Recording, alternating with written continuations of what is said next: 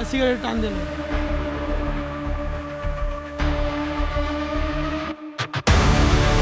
বাজার গেলে ওইটা থাকলে 2 টাকা খায়, কিন্তু তেমন আসে না।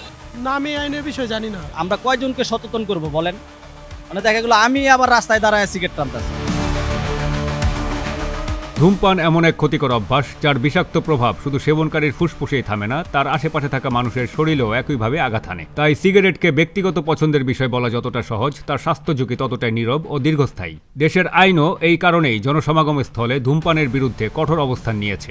যখন আগে সব শ্রেণীরা আছে, বাচ্চা 4-6 এর ছেলে ধরে ইউনিভার্সিটির পর্যন্ত আছে, সবগুলি লোকেই, ইয়াং বয়সেরও আছে, মুরব্বী লোকও আছে। মুরব্বী লোক পান খায়, ইয়াং বয়সেরা সিগারেট খায়। আসলে ধূমপান করা ঠিকই না এক কথায়, আর রাস্তাঘাটে খাওয়ানো তো অবশ্যই ভালো না।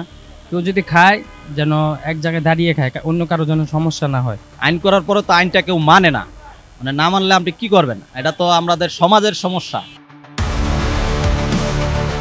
ধূমপান ও তামাকজাত দ্রব্য নিয়ন্ত্রণ আইন 2005-এর 11 নং আইনে পরিষ্কার বলা হয়েছে, পাবলিক প্লেসে কিংবা পাবলিক পরিবহনে ধূমপান করতে পারবেন না। এই বিধান অমান্য করলে প্রথমবার 300 টাকা জরিমানা, আর একই ভুল দ্বিতীয়বার করলে জরিমানার পরিমাণ দ্বিগুণ হবে। আইনটি অনেক আগেই প্রণয়ন করা হলেও বাস্তবের প্রয়োগ নেই বললেই চলে। ফলে বাস স্ট্যান্ড, মার্কেট, রিক্সা, স্টেশন, এমনকি হাসপাতালের গেটেও নির্দ্বিধায় মানুষ ধূমপান করছে, আর এর ধোঁয়া বয়ে যাচ্ছে অজস্র নিরীহ মানুষের ফুসফুসে।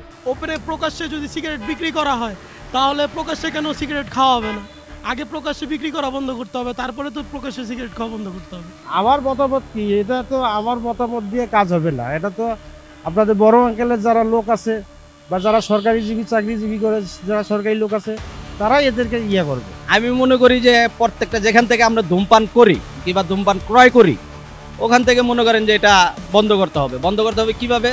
যেখানে ধূমপানের সিস্টেম আছে ওখানে সাইডটা করে দিতে হবে, আলাদা করে দিতে হবে। যারা ধূমপান করবে যেন রাস্তাঘাটে ধূমপানটা না করে।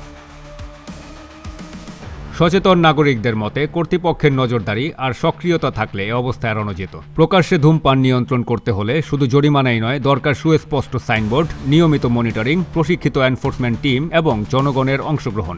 বিশেষজ্ঞরা আরও বলেছেন, ধূমপানের কারণে বাংলাদেশে প্রতি বছর হাজারো মানুষ হৃদরোগ, ক্যান্সার, শ্বাসযন্ত্রের রোগে ভুগছে, যার একটি বড় অংশ পরোক্ষ ধূমপানের শিকার। সচেতন নাগরিকদের দাবি, আইন যদি বাস্তবায়ন হয় এবং জনসমাগম স্থলকে ধূমপান মুক্ত করা যায়, তবে অসংখ্য মানুষকে অপ্রয়োজনীয় স্বাস্থ্য ঝুঁকি থেকে রক্ষা করা সম্ভব। আইন আছে, এখন দরকার শুধু তার সুস্পষ্ট প্রয়োগ। এম সাখাওয়াত হোসেন সুজন, দৈনিক আওয়ার বাংলাদেশ।